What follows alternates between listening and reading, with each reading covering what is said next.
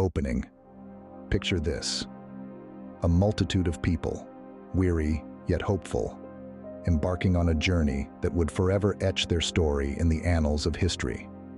The Exodus from Egypt is a testament to freedom and faith, a journey that marks the beginning of the Israelites' transformation from enslaved individuals to a unified nation under God's guidance.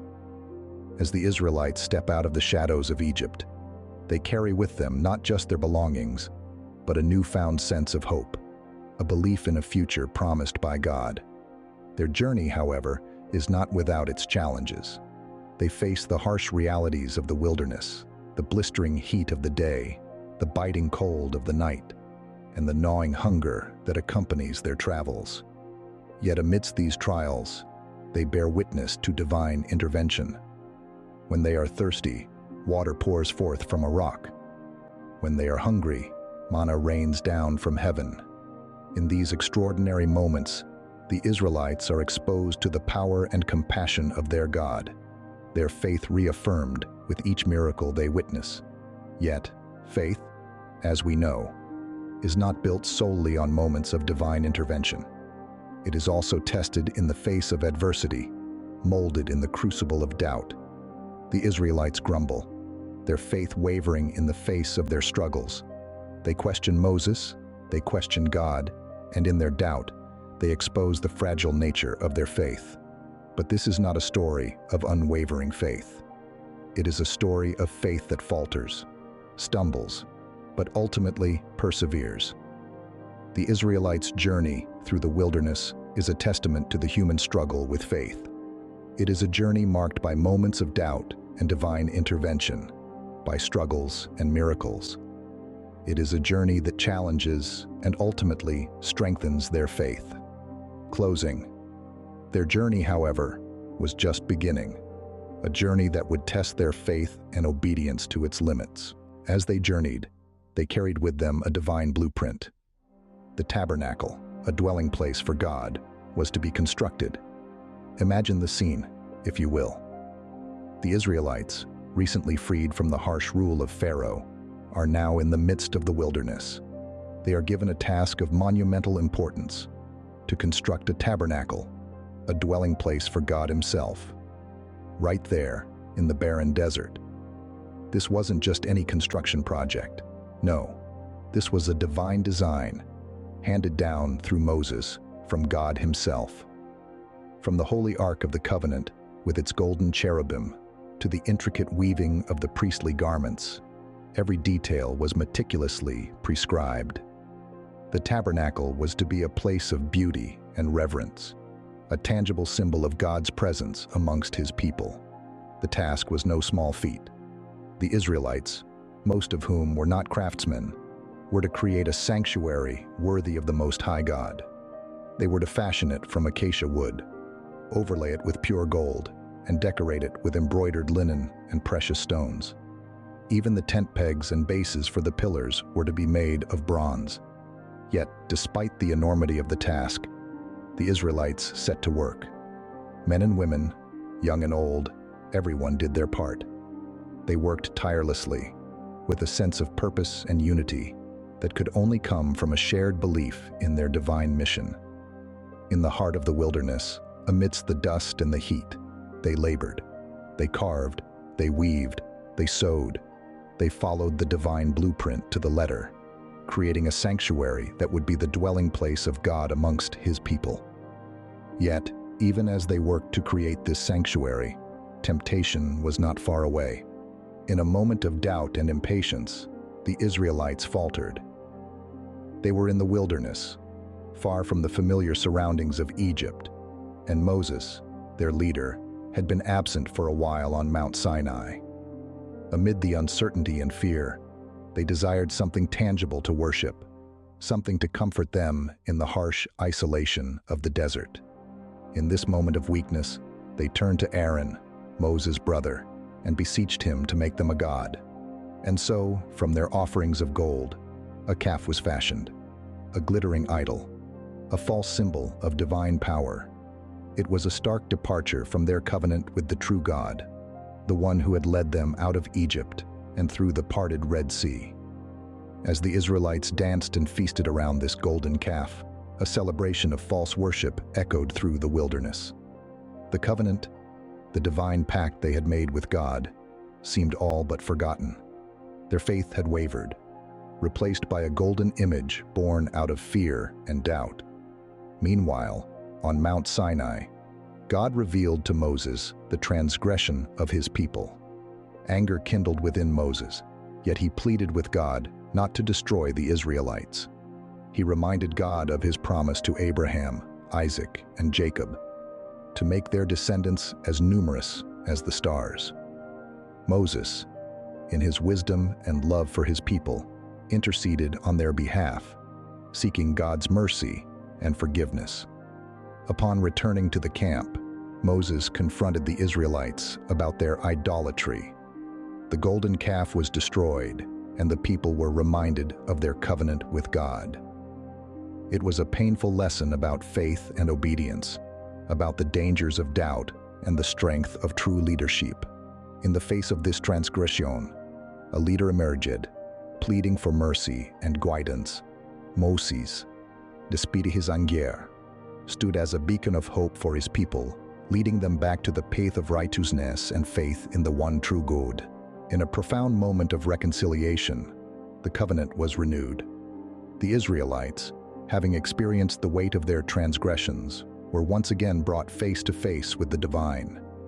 Here, in the wilderness, far from their former lives in Egypt, they found themselves at the threshold of a renewed commitment to God. This renewal wasn't a mere formality. It was a pivotal moment in the Israelites' journey, a second chance to uphold their end of the divine pact. God, in his infinite mercy, offered them another opportunity to align their lives with his commandments. The 10 Commandments were not just rules to be obeyed. They were a compass, guiding the Israelites towards a life of righteousness and integrity. And so, Moses, the humble servant of God, ascended Mount Sinai once again. This time, however, he didn't return with just words. He returned with the commandments etched in stone, a tangible testament to their covenant with God. These stone tablets were more than inscriptions. They were a symbol of the Israelites' renewed commitment to walk in the ways of God.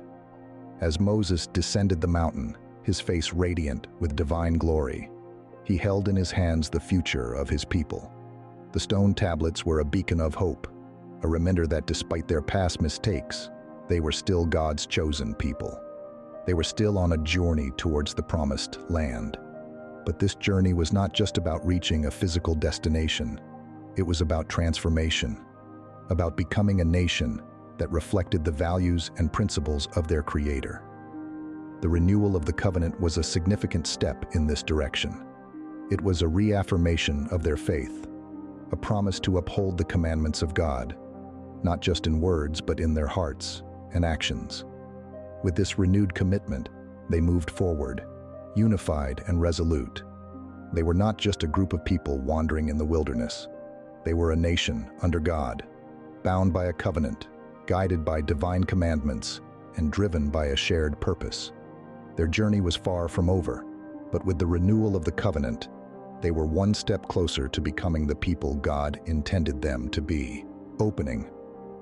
A call was made, a call for unity and collective effort. As the Israelites journeyed through the wilderness, there came a time when every individual's contribution was crucial. Moses, their leader, stood before them, his voice echoing across the vast expanse, summoning each and every one to partake in a divine mission. The task at hand? The construction of the Tabernacle, a sacred dwelling for the Almighty. This was no ordinary construction project. It was a divine blueprint, a heavenly design, a place where God would dwell among his people. To bring this celestial vision into reality, each person was asked to offer what they could. The call was not just for the wealthy or the skilled, but for everyone. Each person's offering, no matter how small, was a vital part of the whole. Materials of various kinds were needed: gold, silver, bronze, blue and purple, and scarlet yarns, fine linen, goat's hair, tanned ram's skins, acacia wood, oil for the light, spices for the anointing oil and for the fragrant incense. Precious stones were needed for the ephod and for the breastplate. Yet beyond the physical contributions, what was truly needed was the willingness of heart. And so the people of Israel responded. They dug deep into their possessions, their resources, and most importantly, their hearts. They brought forward their offerings, not out of compulsion, but out of a willing spirit. Each contribution was a testament to their faith, their unity, and their collective commitment to God's divine plan. Through this act of communal giving, the Israelites were not just building a physical structure. They were building a community, a nation, and a legacy of faith. In their unity, they were demonstrating their devotion to God, their willingness to sacrifice for a higher purpose, and their desire to see God's glory dwell among them. Closing. Together they worked, each contributing to a purpose greater than themselves. The gathering of resources was not just a call for material contributions, it was a call to unity, to purpose, and to faith. Opening. Under the skilled hands of Bezalel and Oholiab, the tabernacle began to take shape. In the heart of the wilderness, a divine blueprint was unfolding.